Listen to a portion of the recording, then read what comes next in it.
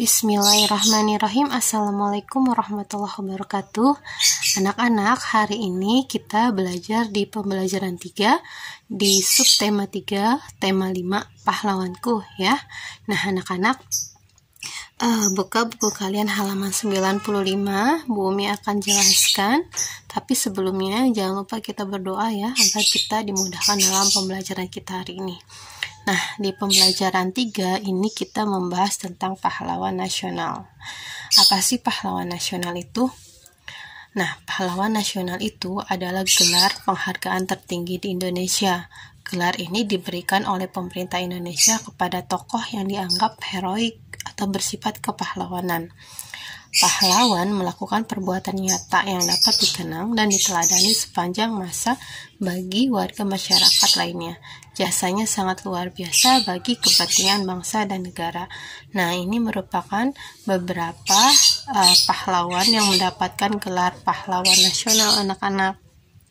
Sebelumnya kalian juga sudah belajar tentang kisah Pangeran Diponegoro, kemudian Sultan Hasanuddin, kemudian Insinyur Soekarno-Hatta. Itu merupakan pahlawan nasional. Nah, mereka memiliki sikap kepahlawanan. Nah, sikap kepahlawanan itu apa saja sih? Sikap kepahlawanan bisa dilihat di buku kalian halaman 86. Nah, ini merupakan sikap-sikap kepahlawanan. Sikap kepahlawanan, apa sih artinya sikap kepahlawanan itu? Adalah sikap yang memiliki atau sikap yang mencontoh sifat-sifat pahlawan seperti berani, rela berkorban, serta siap berjuang demi bangsa dan negara. Nah, sikap kepahlawanan apa saja? Contohnya adalah keberanian, itu termasuk sikap kepahlawanan. Cinta tanah air, rela berkorban, kemudian disiplin, tanggung jawab, lalu pantang menyerah, percaya diri, kerjasama, dan ketegasan. Nah, itu merupakan contoh-contoh sikap kepahlawanan yang patut kita miliki atau yang patut kita kembangkan dalam diri kita. Oke ya, kita lanjut lagi ke tematik ke halaman 95. Jadi, ada yang namanya pahlawan nasional, ada juga yang namanya pahlawan revolusi. Nah, itu penggolongan pahlawan berdasarkan masa periodenya itu bisa dilihat di halaman 64 buku kalian. Nah, di sini penggolongan pahlawan, lihat ya di halaman 64. Jadi pahlawan itu digolongkan berdasarkan masa periodenya atau waktu saat dia berjuang. Ada namanya pahlawan perjuangan kemerdekaan. Nah, pahlawan ini disebut pahlawan perjuangan kemerdekaan adalah para pahlawan perjuangan kemerdekaan yang berjuang melawan penjajah Portugis, Belanda, dan Inggris. Atau pahlawan perjuangan kemerdekaan itu pahlawan-pahlawan pada masa kerajaan Islam berdiri di Indonesia atau berkembang di Indonesia. Kemudian yang kedua, ada pahlawan pergerakan nasional. Nah, di sini contohnya adalah Budi Utomo. Pergerakan nasional merupakan dia berjuang dengan menumbuhkan semangat nasionalisme melawan penjajah. Jadi pejuang yang mampu menumbuhkan semangat patriotisme ya. Kemudian yang ketiga ada namanya pahlawan kemerdekaan nasional. Apa sih pahlawan kemerdekaan nasional ini? Muncul seiring dengan hadirnya peristiwa proklamasi kemerdekaan di tahun 1945.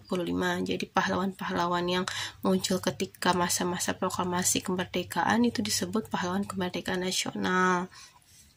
Nah, pahlawan proklamasi kemerdekaan nasional. Pahlawan proklamasi kemerdekaan nasional ini merupakan pahlawan yang dia memproklamirkan kemerdekaan Indonesia. Siapa diantaranya? Yaitu Insinyur Soekarno dan Bung Hatta. Oke, kita balik lagi ke pembelajaran 3. Ya, kita balik lagi ke sini. Masih di halaman 95. Kita buka halaman 96-nya. Nah, ini juga termasuk contoh pahlawan nasional, di mana yang mereka ini masa perjuangannya itu adalah masa perjuangan ketika melawan Portugis, Belanda, dan penjajahan, di mana mereka ini berasal dari kerajaan Islam. Nah, yang pertama Cut Nyak-dien, dia berasal dari Aceh. Imam Bonjol, Sultan Hasanuddin, Pangeran Diponegoro, Sultan Agung Hayat-Kusuma. Kemarin sudah kita bahas ya. Nah, Cut Nyak-dien ini sedikit kisah perjuangan tentang Cut Nyak-dien ini. Dia berasal dari Aceh. Dia itu merupakan pejuang wanita yang berasal dari Aceh. Dia berjuang melawan Belanda pada masa Perang Aceh. Jadi dia merupakan salah satu tokoh pejuang Islam yang bergerak melawan penjajah. Nah, sekarang kita tuliskan informasi mengenai pahlawan ini ke dalam tabel. Di sini Bumi sudah kasih contoh ya. Yang pertama Cut Nyak-dien, asal dari daerahnya adalah dari Aceh. Ini bisa dilihat di petanya ya. Kemudian sikap kepahlawanan yang sudah diketahui. Yang namanya pahlawan pasti dia memiliki sifat-sifat kepahlawanan seperti rela berkorban. Kemudian sikap kepahlawanan yang ingin diketahui apa sih? Kalian misalnya mau tahu tentang keberanian Cut Nyak-dien melawan penjajah seperti apa? Nah, itu kalian tuliskan di dalam tabel ini. Kita lanjut ke halaman 97. Nah, kita lanjut dengan materi PPKN ya anak-anak ya.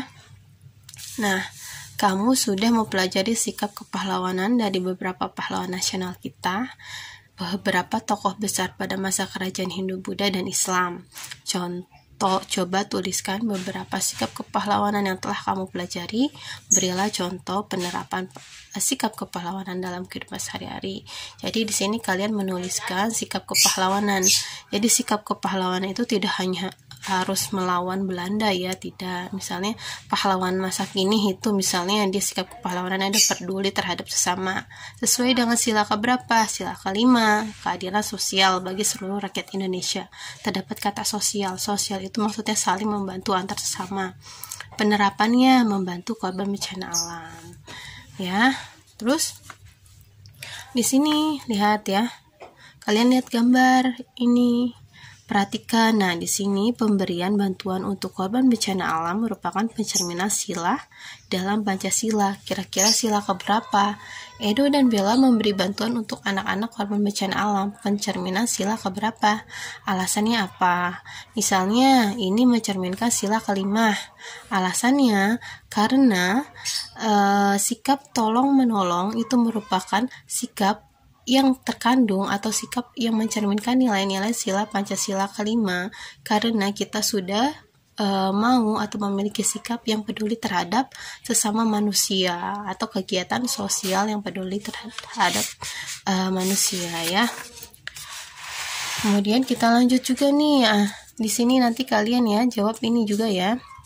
Kemudian ada kisah pahlawan tanpa tanda jasa di pedalaman. Nah, ini merupakan kisah seorang guru di mana gurunya itu merupakan dia mengajar di pedalaman atau di daerah terpencil. Nah, oke, jadi guru juga termasuk pahlawan ya, tapi pahlawan tanpa tanda jasa. Kalian baca teksnya nanti di rumah. Setelah itu tuliskan informasi. Nah, ini kalian isi berdasarkan teks bacaan sebelumnya ya. Kemudian, nah ini Ibu kasih contoh kosakata. Kosakata ini berasal dari teks yang tadi pahlawan tanpa tanda jasa. Misalnya contohnya tanda jasa, kosakata baru yang baru kalian ketahui dari suatu teks. Misalnya adalah contohnya tanda jasa. Artinya apa sih tanda jasa itu? Artinya adalah imbalan atau upah. Artinya bisa kalian cari di kamus atau bisa juga cari di kamus online ya. Oke, hari ini terima kasih. Cuman itu saja yang ingin Bu Umi jelaskan. Mohon maaf atas kekurangannya. Jika ada yang kurang dimengerti bisa bertanya langsung. Wassalamualaikum warahmatullahi wabarakatuh.